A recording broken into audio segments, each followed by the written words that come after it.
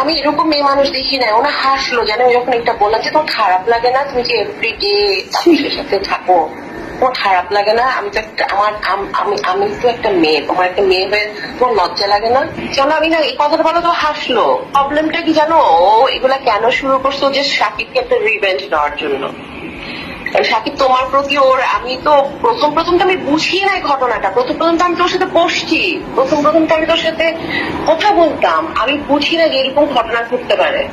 ওর ইন্টেনশনই হচ্ছে, ও যখন শাকিব যখন তোমার সাথে ক্লোজ হওয়া শুরু করলো তখন মাথাটা খারাপ হয়ে গেল। আমি তখন বুঝলাম ও শাকিবের প্রতি রিভেঞ্জ আর তোমার প্রতি, আর সেটা সেই টার্গেটটা করছে তাপস দিয়ে। এই মেয়ের ম্যানিপুলেশন, এত ম্যানিপুলেটিভ, এত ম্যানিপুলেট করতে পারে ছেলেদেরকে, তোমার ইউ হ্যাভ নো আইডিয়া। তুমি জানো না এই মেয়েটা ইটস ডেঞ্জারাস। ও শাকিবকে ধ্বংস করবেই, আজ না হোক 10 বছর। এসব মেয়েদের না, এদেরকে না কখনো আন্ডার এস্টিমেট করো না। তার মেয়ের এত ছোট একটা বাচ্চা, ও বাচ্চাটাকে আমি না প্রথম তো বুঝতাম না যে এত ছোট একটা বাচ্চা স্কুলে দিল, স্কুলেও সারাটা রাত এখানে থাকে, বসে থাকে। মেয়েটা একটা বার ফোনও করে না, বাচ্চাটার খোঁজও নেয় না। মানে what kind of mother is this? Because আমি তো 3টা বাচ্চার মা ভাই। আমি তো, আমার মেয়েরা এখন বড় হয়ে গেছে, আমি তো বাচ্চা পালে, আমিও তো একটা মা। আমি তো একটা নিজেকে পারফেক্ট মা বলি।